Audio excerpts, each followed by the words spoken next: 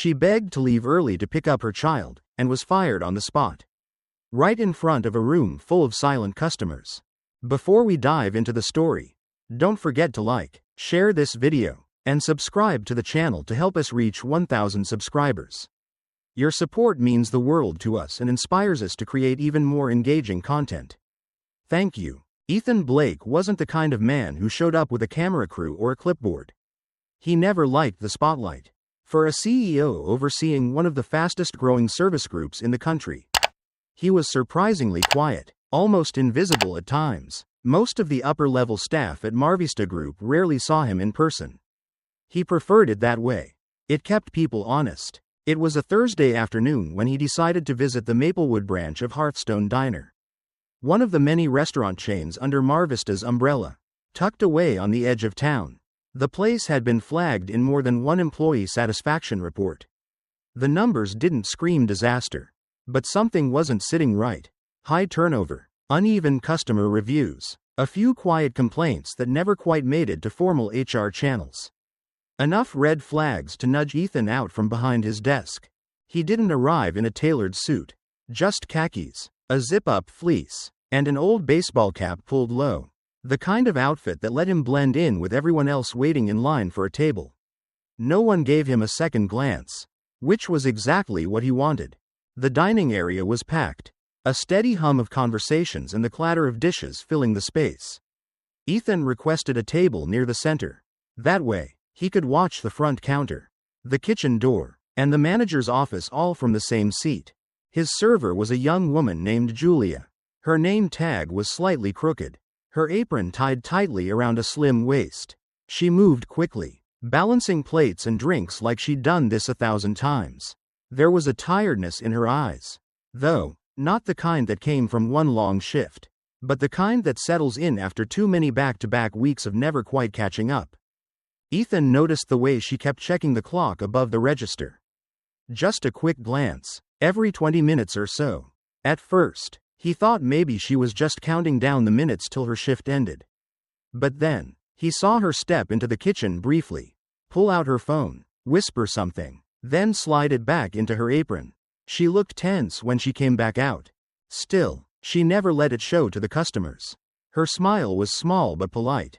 She called everyone, sir, or ma'am. She noticed when drinks were low, offered napkins without being asked, and somehow kept track of a dozen tables in her section with barely a moment to breathe. She wasn't the problem here. Across the room, a man in a stiff blue button-down shirt and polished black shoes stood watching the staff with arms crossed. Mason Reed, the branch manager. He was a tall, broad-shouldered man who moved through the restaurant like a high school principal walking into detention hall.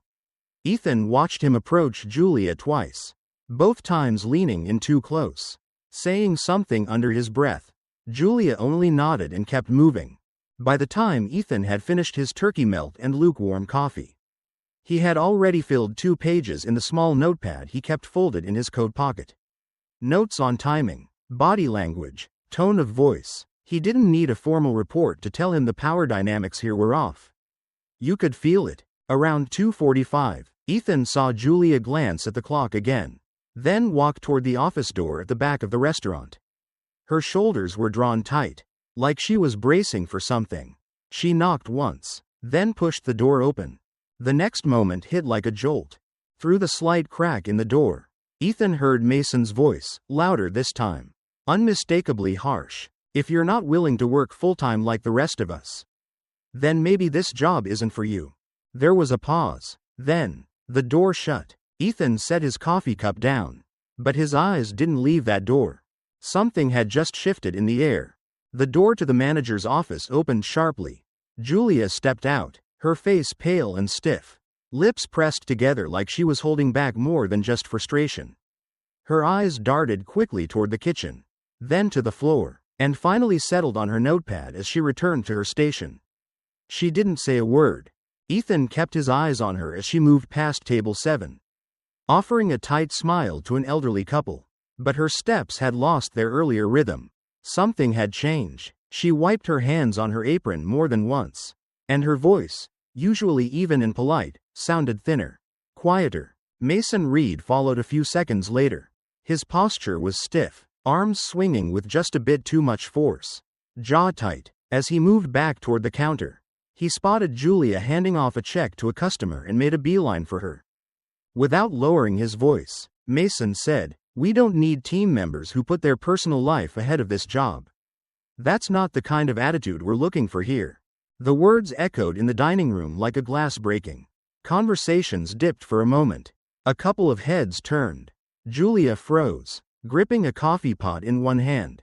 "I asked to leave 15 minutes early," she replied quietly, her voice barely above a whisper. "Just to pick up my son. He gets out of daycare at 3. Mason shook his head, loud and final. "This isn't a part-time playground. If you can't commit, you can collect your things." Julia blinked. Her shoulders dropped as though something heavy had just landed square on her back. The coffee pot in her hand trembled slightly before she set it down. For a moment, no one said anything. The silence was thick enough to press against the windows. One of the kitchen staff peeked out. A couple at the corner booth exchanged looks. But no one intervened. Not a word. Ethan watched closely. His hands were still folded on the table, but his gaze had sharpened. He knew that kind of silence. He'd seen it before. It was the kind that showed up when people were afraid to speak. Afraid of what stepping forward might cost them. Julia didn't argue. She didn't cry. She just took a breath, unfastened her apron, folded it neatly, and laid it on the counter. As she walked toward the back room to get her coat, another employee, someone young, early 20s maybe, stepped out from behind the register. His name tag said Luis. He leaned toward her, just enough for Ethan to hear her whisper, "I'm sorry, you didn't deserve that." Julia gave a small nod but didn't speak. When she came back out with her purse and jacket, her steps were steady, almost too steady, like she was working hard to keep them that way. She left without looking back. Ethan took a slow sip of water. He looked down at the check, then back toward Mason, who was now walking the floor like nothing had happened, flashing a grin at a family near the window. That grin didn't match the man who had just dismissed a single mother in front of a room full of witnesses.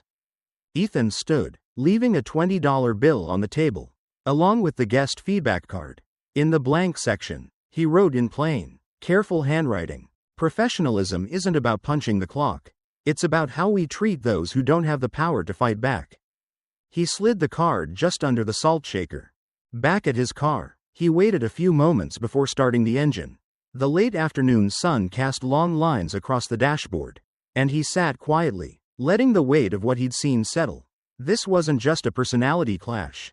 This was something else, something deeper, more deliberate. That evening, in his home office, Ethan logged into the Marvista internal dashboard using his executive credentials.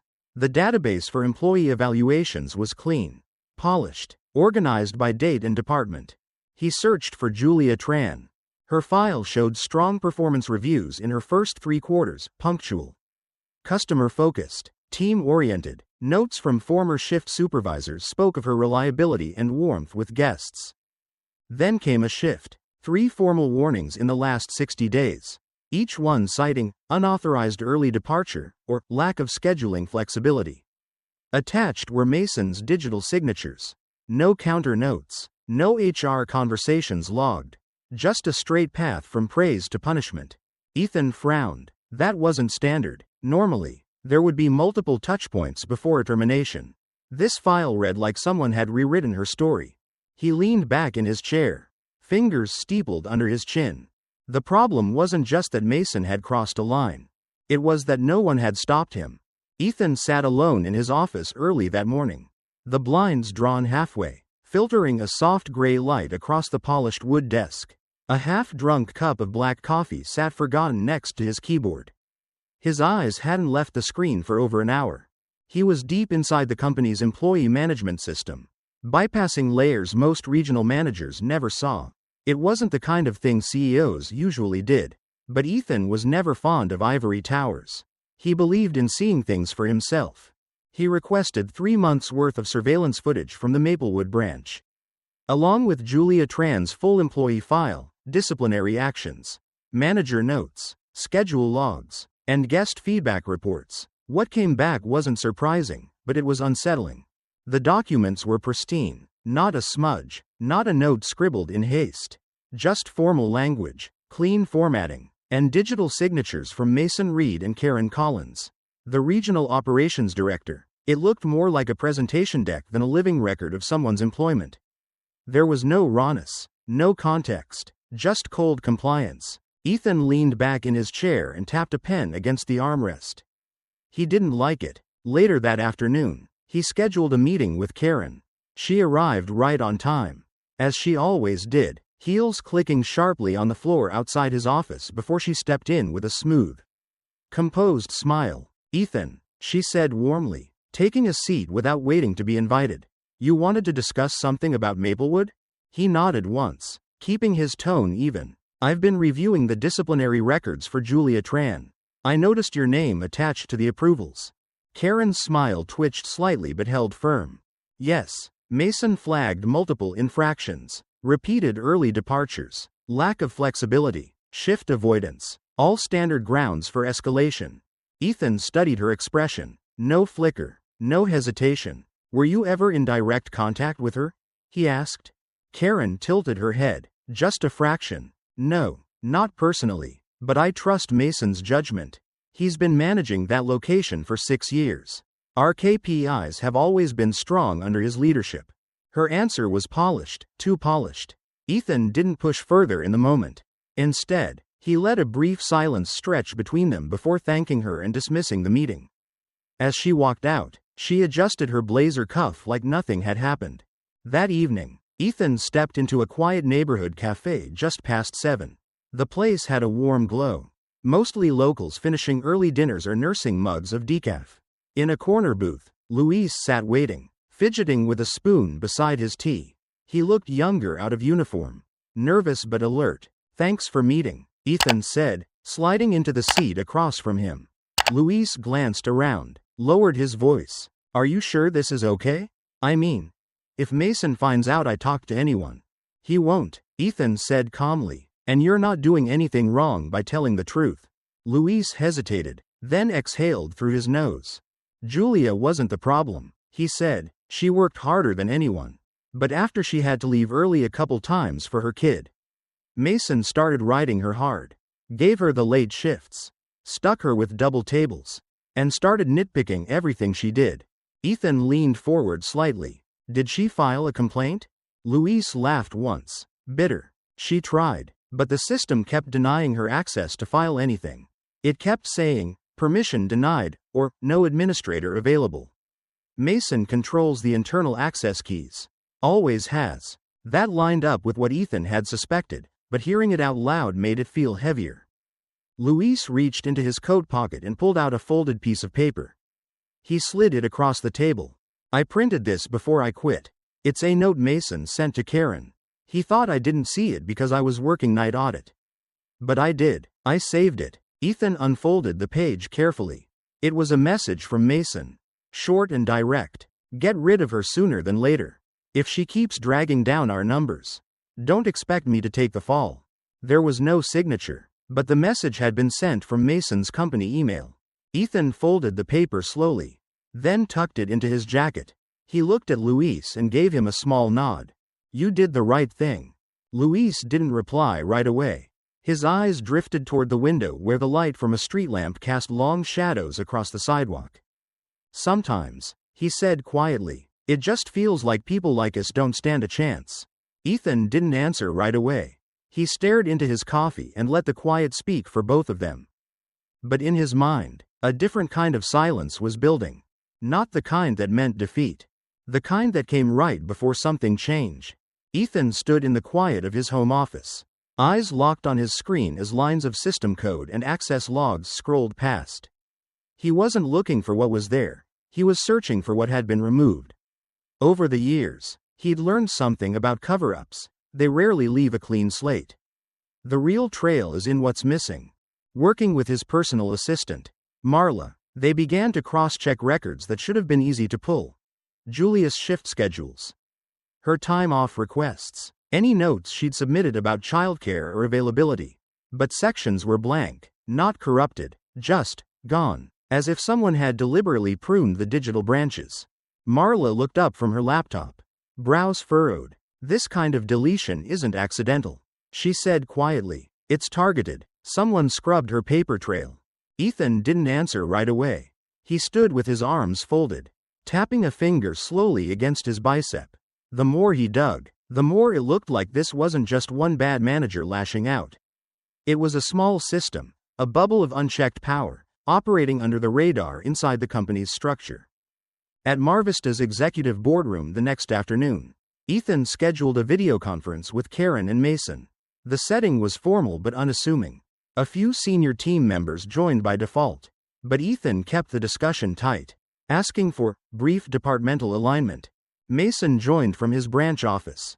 Shirt crisp, posture rehearsed. Karen dialed in from regional HQ, her tone smooth as ever. Thanks for making time. Ethan began evenly. I've been reviewing personnel procedures, particularly around Maplewood. I came across Julia Tran's file. Some inconsistencies stood out. Karen gave a light chuckle. It's all been processed by the book. Ethan. Mason followed protocol. She had multiple disciplinary notes. The system flagged her noncompliance. Mason nodded on cue. We operate by standard thresholds. Nothing personal. Ethan kept his expression neutral. He leaned back slightly in his chair. That's good to hear. Just to close the loop, I'd like both of you to draft full summaries, timelines, documentation trails, and the disciplinary justification. Submit them by end of week.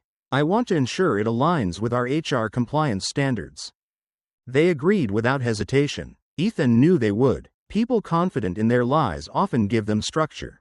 He just had to wait for the pieces to misalign. Later that evening, a message pinged his encrypted inbox.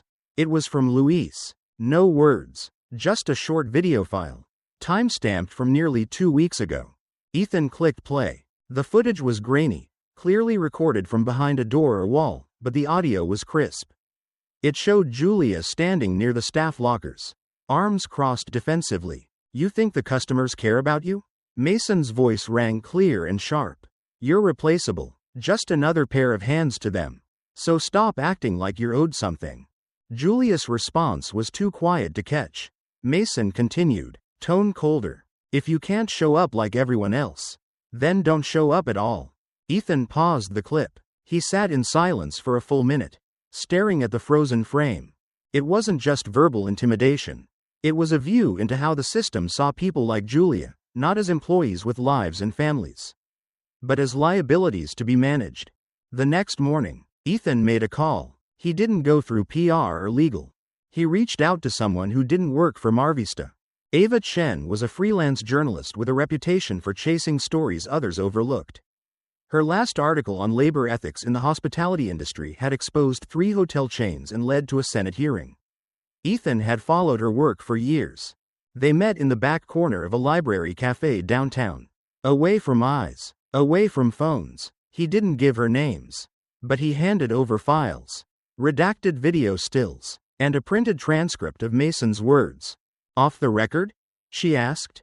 For now, he replied, but I won't stop you from publishing. Just protect the people in that footage. She nodded. No questions, just intent. The following morning, the internet was already buzzing. A story appeared on a popular news site under Ava's byline, Punishing Mothers. How the service industry still targets single moms in 2025. The lead photo was a blurred image of Julia in her server uniform. Her name obscured, face softened into anonymity. Below it, a quote in bold. You think the customers care about you? The piece didn't mention Marvista, didn't name Mason, but the audio clip embedded in the article spoke for itself. Ethan read the story 3 times that morning. Each time, he felt the same sensation settle into his chest, not satisfaction. Not yet, but something closer to momentum. The article spread like wildfire. In less than 24 hours, it had been reposted on every major social media platform, picked up by a couple of small radio shows, and discussed in worker rights forums with headlines like, "Enough is enough," and "What happens when we stay silent?" Readers flooded the comment sections with stories of their own, servers, cashiers, line cooks, even retail workers, sharing experiences of being penalized for picking up their kids, attending school meetings, or caring for a sick parent. The story didn't name names, It didn't have to. The emotional undercurrent was unmistakable. Back at Marvista's headquarters, Ethan watched from behind the curtain. He hadn't revealed to anyone, except his assistant, that he'd handed over the files to the journalist. As far as the rest of the company knew, the story had come out of nowhere. And that was exactly how he wanted it. 2 days after the article went live, Ethan called an emergency management meeting. The conference room filled quickly. The usual suspects took their seats, adjusting their jackets and sipping coffee as if it were just another Monday. Karen Collins joined via video from the West Coast office, her screen flickering briefly before settling. Mason Reed logged in moments later, face framed by the backdrop of the Maplewood branch, where he sat confidently at his office desk, sleeves rolled up just enough to suggest casual control. "Let's get to it," Ethan said calmly, folding his hands on the table. "You've all seen the article. Thoughts?" Mason was the first to speak. "I think it's irresponsible journalism," he said, voice steady, inflammatory tone. "No sources cited, no evidence. Just another piece designed to stir up emotion without facts. And we shouldn't dignify it with a defensive posture. Instead, I recommend we take the lead." Ethan tilted his head. "How do you mean?" "A public event," Mason continued. "A customer appreciation day. Free meals. Media invites. Highlight some of our longest-serving employees. Let the public see who we are. Let them see what really happens in our stores. That's the message we need out there." Karen nodded in agreement. "It's an opportunity to shift the narrative." She added, "Let's turn this into a strength." And Mason's Maplewood location would be the perfect venue. It's consistently high-performing. And this article, though it lacks credibility, clearly centers around that region. She paused, as if considering something, then smiled. "Ethan, you should attend. Your presence would show unity. Show that leadership stands with our employees." There was something rehearsed in her tone. Like she already knew he'd be invited. Like this was a well-placed piece on a chessboard she thought she still controlled. Ethan gave a small, agreeable nod. "I'll be there. No questions. No hesitation." The event was scheduled for the following week. Flyers were designed and circulated. Press releases drafted. Local media was tipped off. Ethan arrived at the Maplewood location just before the doors opened to the public. Balloons lined the entrance. Banners read, "Celebrating our people." Kids clutched free coloring books. And a pop-up coffee bar hummed in the background. Mason greeted him at the door with a handshake that lingered just a little too long. "Glad you came," he said smoothly. "It's going to be a good day." Ethan said nothing, just scanned the room. The crowd was a mix of regulars, staff in company polos, and a few local officials. But his eyes kept drifting toward the small stage near the center, where a mic had been set up and a few chairs lined the edge. Just after noon, Mason stepped up to address the crowd. "Thanks for coming out today," he began, confident, relaxed. "We're proud of the work we do here. And despite the noise out there, what matters is what's right in front of us, the people who make this place special." He gestured to a woman waiting nearby. "And with that, I want to introduce someone who's been with us for almost 5 years. Who shows up with a smile every day and embodies everything Marvista stands for, Linda Brooks." The room clapped as Linda approached the mic. She wore the same uniform Ethan remembered seeing on Julia, the same apron, same company pin, but her demeanor was polished, practiced. "I've worked here through every kind of season," she began, voice clear. "This place? It's been good to me. I've never felt looked down on. Never felt like being a mom made me less of a team member. We're like family here." There it was. The subtle line. The not-so-subtle message. Ethan studied her carefully. He remembered seeing her once in the footage. She had clocked out 15 minutes after Julia on more than one occasion. They'd worked the same shifts, shared tables, shared breaks, and now she was standing under a spotlight, telling a story that brushed everything under the rug. Ethan didn't flinch, but something inside him shifted. Mason had made his move. He hadn't just prepared a defense, he'd rewritten the narrative, and done it with the help of someone who should have been a witness. Which meant the next step wasn't about who stood on stage. It was about who still hadn't spoken. Ethan left the event feeling like someone had pulled the floor out from under him. The air in the car was still when he shut the door. But his thoughts were anything but quiet. That moment when Linda took the stage kept looping in his head. It wasn't just what she said, it was how she said it. Too perfect, too aligned with Mason's narrative. A neat, glossy version of the truth, polished and ready for public consumption. And she'd looked uncomfortable, not nervous, not shy, uncomfortable, like she was reading a script she didn't believe in but couldn't walk away from. Back in his office later that night, Ethan sat staring at his screen, replaying the video from the event. He paused on Linda's face, on the second where her eyes dropped to the ground right after saying there was no discrimination. He knew that look. It wasn't pride, it was fear. He opened the internal mail logs and, through his administrative access, pulled email data attached to Linda's employee ID. Among the usual shift schedules and HR bulletins was a single message that stood out, not by its sender, but because the sender was anonymous. The subject line was blank. The content read, "Think of your daughter. Think of your health insurance. Say what's written. Don't make us ask twice." Ethan leaned back, lips pressed tight. They hadn't convinced her, they'd cornered her. At that same time, far from headquarters, a letter slipped into Marvista's anonymous employee feedback system. It didn't have a name or a return address, but Ethan had access to the database where anonymous submissions were automatically filed before being processed. The message was short. "I don't want to come back. I just hope no one else has to go through what I did." No accusations, no demands, just a quiet plea, and it broke something in him. He knew it had to be Julia. It wasn't about fixing a wrong anymore. It was about stopping a pattern. One voice had been silenced on the floor, but others were still watching, still working under Mason, under people like him. Ethan couldn't leave it at that.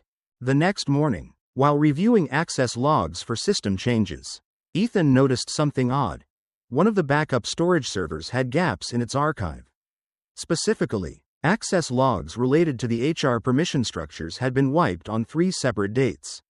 That wasn't standard procedure, and it wasn't automated. An hour later, a quiet knock came at his door. Darius Monroe, one of the mid-level IT infrastructure staff, stepped in. He hadn't spoken to Ethan much before, always polite but reserved. "Got a minute?" Darius asked, closing the door behind him. Ethan nodded. "I saw your name running audits yesterday," Darius said, standing but not fidgeting. "Thought you should know something." Ethan motioned for him to sit. Darius didn't. He pulled a small drive from his coat pocket and placed it on the desk. "Mason asked me last month to permanently delete partition access logs from the HR database. Said it was for maintenance compliance. But that's not something we ever do without authorization from legal." Ethan picked up the drive slowly. Darius continued, "I didn't wipe everything. I mirrored the segment to a secure folder first. And I flagged one more thing I think you need to hear." He pressed his hands into his pockets and looked down, almost hesitant. "There's an audio file, pulled from the surveillance redundancy system. That backup doesn't stream to the main feed. It just runs for security redundancy in the storage closet near the manager's office. Most people don't even know it exists." Ethan looked up sharply. "What's in it?" "I didn't listen past the first 10 seconds. But it's not good." After Darius left, Ethan sat at his desk for nearly 20 minutes before playing the file. His office was quiet, the only light coming from the monitor. The audio crackled at first. Then came Mason's voice, clear, sharp, unfiltered. "We're not firing her because she leaves early. She's dangerous to our turnover rate. She's making the others think they have a voice too." The silence that followed wasn't just in the recording. Ethan sat still, the words hanging in the room like smoke. This wasn't mishandled discipline. This was systemic control, punishment for inspiring belief. And now, finally, he had something no PR spin could smother. The walls at Marvista's corporate tower had always felt cold, but tonight they felt especially hollow. Ethan stayed late, walking the halls alone. It wasn't just about Julia anymore, or Mason, or even Karen. This wasn't a rogue manager gone unchecked. It was a quiet culture, a network of intimidation dressed in polished branding and leadership handbooks. But the silence wouldn't last. He had allies now. In a dim conference room after hours, Ethan met with the 3 people who hadn't turned their backs. Darius, visibly tired but sharp as ever, had brought a printed timeline of altered logs and system flags. His hands moved with the precision of someone who understood what he was risking. Luis, dressed in plain clothes and a little tense, kept scanning the hallway, as if expecting Mason himself to burst through the door. He held the folder with Julius' original time-off requests, documents that should have been in the system but weren't. And then there was Ava. Ava Chen didn't need an introduction.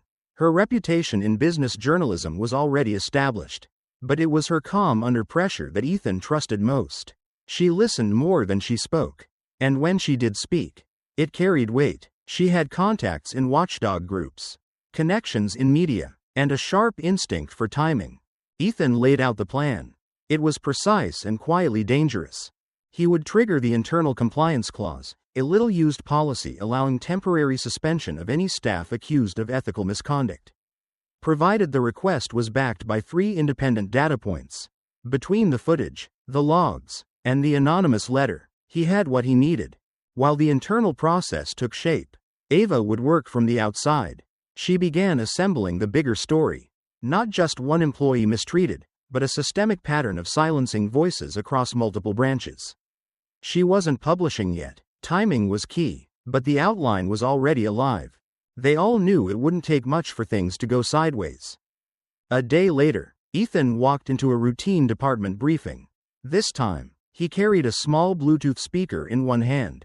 The managers gathered weren't expecting anything unusual. They didn't know what was coming. He waited until they settled, then pressed play. The voice echoed across the room.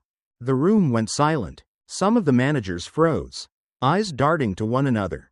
A few shifted uncomfortably in their chairs. No one asked whose voice it was.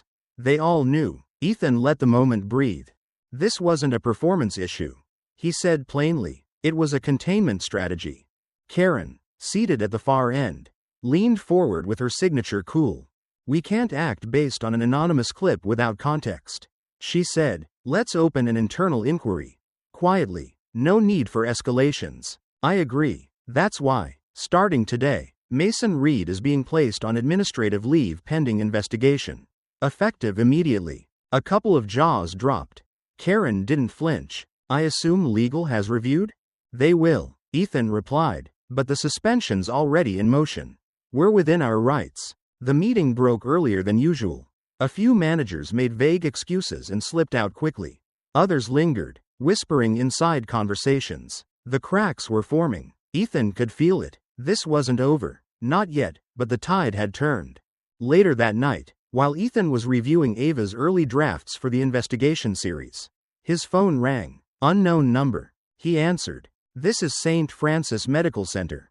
The voice said, Are you the emergency contact for Darius Monroe? Ethan's stomach tightened. Yes, I am. There's been an accident. He's stable, but in critical condition. He was brought in earlier after a collision. Police suspect he may have been followed. The line blurred for a moment. Was he carrying a laptop or any equipment? No, the nurse replied. Nothing personal was recovered at the scene. Ethan sat there long after the call ended. The drive, the laptop, gone. But someone had made a mistake. Because the real threat didn't vanish with a hard drive. It had just gone public. The morning sun hadn't yet cleared the skyline when the news of Darius's accident began circling inside Marvista's upper floors. Some whispered at their desks. Others traded looks in the hallway. Officially, it was labeled a traffic incident. But no one missed the timing. Not with the audio clip still echoing in the boardrooms and Mason Reed suspended under a dark cloud of ethical scrutiny. Ethan stood by the window of his office. Phone in one hand, eyes on the city. His inbox had ballooned overnight with messages from concerned board members, public relations, and legal advisors urging caution. One particular note from a senior stakeholder read, You're putting the company in unnecessary risk. Don't let a personnel issue turn into a brand crisis. But Ethan was past the point of turning back. Later that afternoon, Ava Chen released the first installment of her investigative series, titled, Inside the Silence, The Cost of Speaking Up. It didn't name Julia directly. It didn't need to. The article wove together data, emails, quotes from anonymous employees, and references to Marvista's internal structure. The piece made waves, trending on independent outlets and catching the attention of 2 mainstream media channels within hours. She'd struck a nerve, and it was reverberating quickly. The board had no choice but to respond. An emergency hearing was scheduled, internal, but with external observers and legal representatives in the room. It would be part testimony, part damage control, and wholly unpredictable. Ethan arrived early, briefcase in hand, wearing a charcoal suit that somehow made his quiet presence more commanding. Mason, on the other hand, strolled in 15 minutes late, smiling like he was arriving at a cocktail party. He shook hands with Karen and gave the room a charming nod, settling in like a man who believed nothing could touch him. When the session opened, a committee member laid out the scope to review allegations of misconduct, evaluate evidence, and determine disciplinary or legal action. Mason was the first to speak. He stood up, unbuttoned his jacket slowly, and began. The audio clip circulating, he said, as doctored. I never said those words. Anyone with basic editing software could piece together phrases out of context. He looked at the legal counsel for emphasis. This has all been a calculated attempt to discredit my record. I have the highest employee retention rate of any manager in the region. That's not a coincidence. It's leadership. He let the words sit for a beat before adding, I've never mistreated anyone. If someone felt uncomfortable under my management, I regret that, but intention matters. Karen nodded slightly beside him, her expression unreadable. Ethan didn't interrupt. He waited until Mason was seated again before standing. He didn't speak right away. He pulled a USB drive from his pocket and passed it to the AV technician. The screen lit up with a recovered camera feed. Not the main dining area. This was from a hallway camera just outside the employee break room. Angle slightly tilted. It showed Mason pacing. His voice could be heard clearly, thanks to the backup microphone system.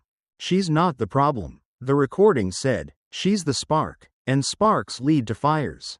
Cut her loose before she infects the others. A few gasps rose in the room. Ethan let the video continue, showing Mason handing a file folder to Karen. This is the rewritten contract.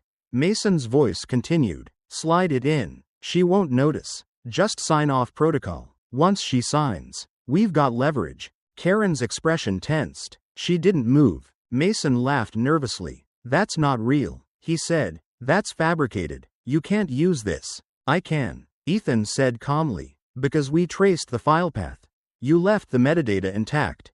It shows who uploaded it, who edited it, and when. He opened a folder on the table and laid out printed emails, color-coded, time-stamped, and matched to server logs. I have correspondence from the IT department showing deletion orders sent from Mason's account. I have snapshots of internal documentation altered 3 days before Julia Tran's dismissal. And I have testimony from 2 employees stating they were pressured to falsify time logs. The room shifted. Board members whispered to one another. Legal counsel leaned in to take notes. But Mason wasn't done. He stood again, louder this time. This is a witch hunt. You've let one former employee spin this into some personal vendetta.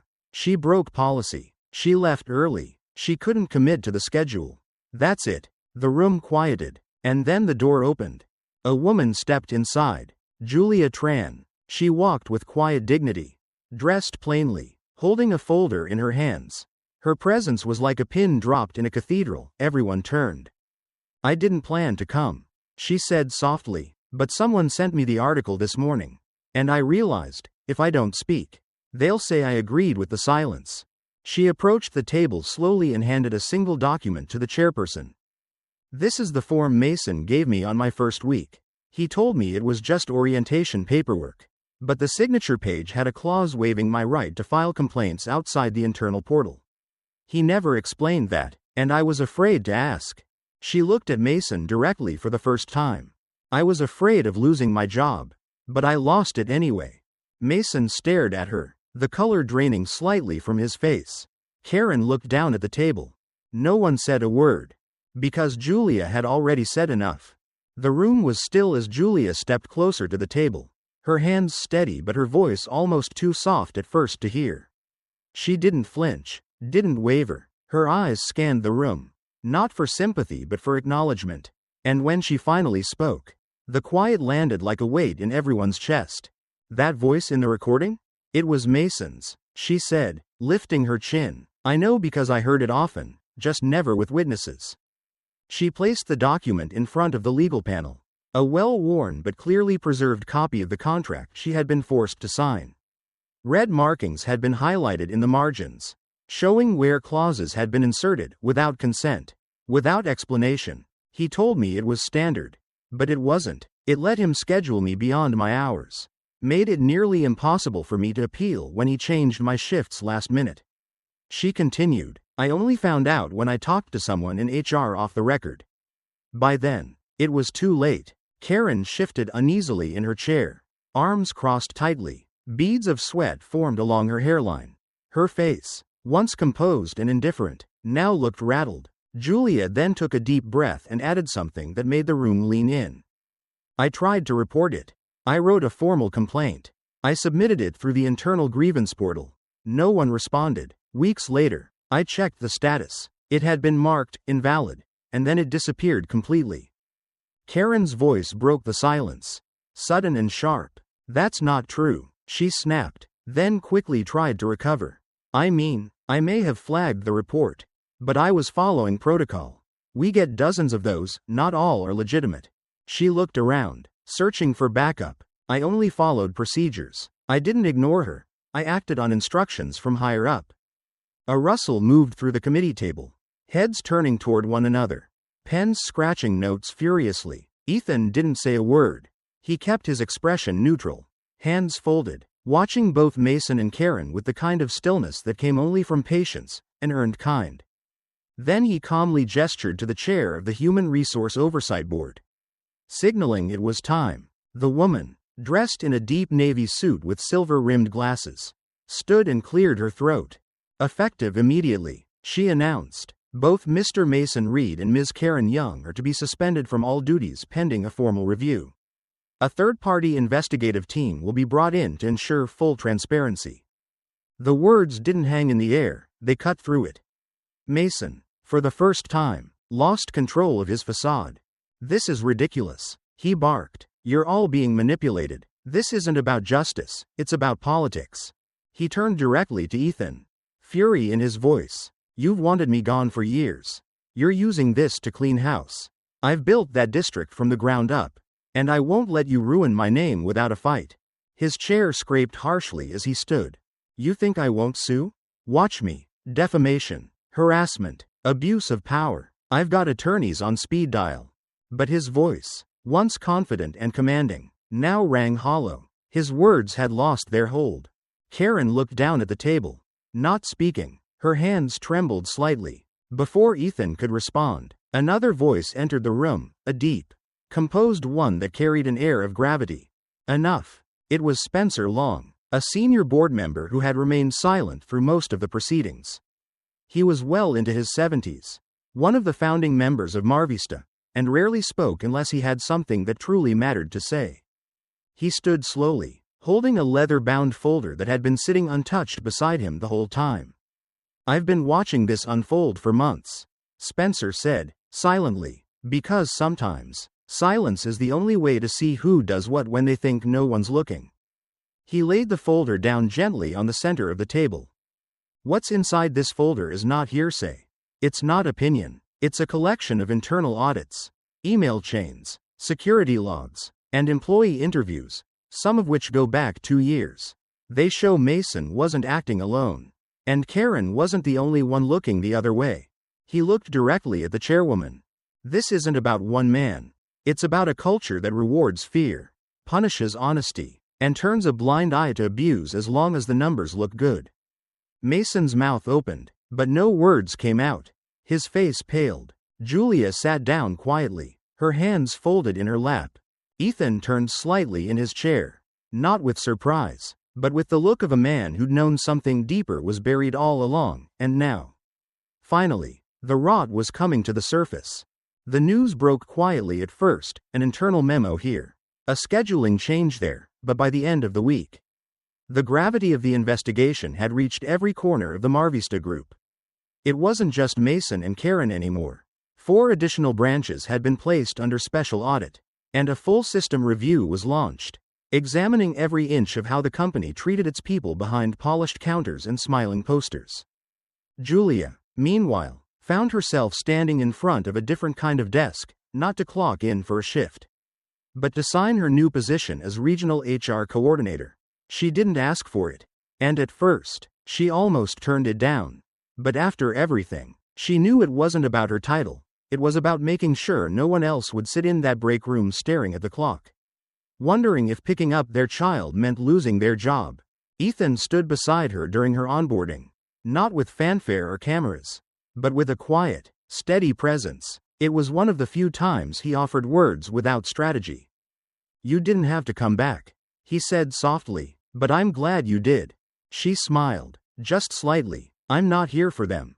I'm here for the ones like me." When the press conference was finally called, it wasn't in one of the high-rise boardrooms with skyline views, but in a modest community center where many of the company's frontline workers had once trained. The room was filled with reporters, former employees, advocacy groups, and curious members of the public. Ethan stepped to the podium in a simple gray suit. No logo in sight, only a folded sheet of paper in his hand. "Today is not about saving face," he began. "It's about facing what we allowed to happen, and committing to do better." He paused. No teleprompter, no rehearsed talking points. In our pursuit of efficiency, of growth, of numbers, we forgot the people. We forgot that every policy affects a person, that every system hides a name, that dignity is not a perk, it's a right. He laid out the reform plan in plain terms: a new third-party HR review board, employee protection clauses, whistleblower incentives, and mandatory training on workplace equity for all leadership levels. But it wasn't the bullet points that made headlines, it was the phrase he ended with. "Everyone has the right to be treated with decency. That's not negotiable." Karen and Mason were officially terminated. The news confirmed days later through a quiet legal notice and a company-wide memo. No statements from their end, just silence. But even with their removal, whispers lingered. Spencer, the longtime board member who had first cracked the larger issue open, mentioned privately to Ethan that not all doors had been opened yet. "We're not done," he said, "not even close." Ava Chen's final article in the series went live at the same time the company released its revised handbook. The title was simple: The Cost of Silence. In it, she wrote, "Justice is not one event. It is a series of decisions, small, consistent acts of courage that build something stronger than fear." That same night, as most of the city settled down for dinner or television, Ethan returned to his office. The building was quieter now, more grounded. No more executive assistants buzzing in and out. Just him, a desk lamp, and a pile of files. His assistant had left an envelope, no name, no markings. Inside, a small USB stick and a handwritten note in precise block letters. "If you truly want change, start here." He turned the USB in his hand. The edges cool and metallic. It could have come from anywhere. From someone on the inside. From someone watching. From someone still afraid. He didn't rush to plug it in. Instead, he stood and walked to the window.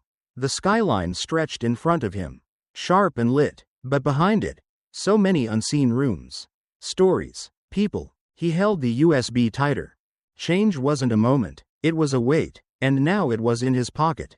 The night outside was quiet, but not still. Something was moving, and this time, he wouldn't look away. And maybe that's the real question this story leaves us with.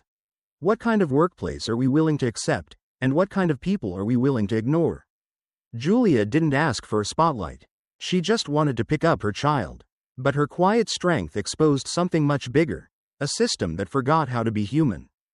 If this story moved you or made you think, leave a comment below. Would you have spoken up if you were there? And don't forget to subscribe to Undercover Truths for more powerful stories like this. Your voice and support help us uncover what truly matters.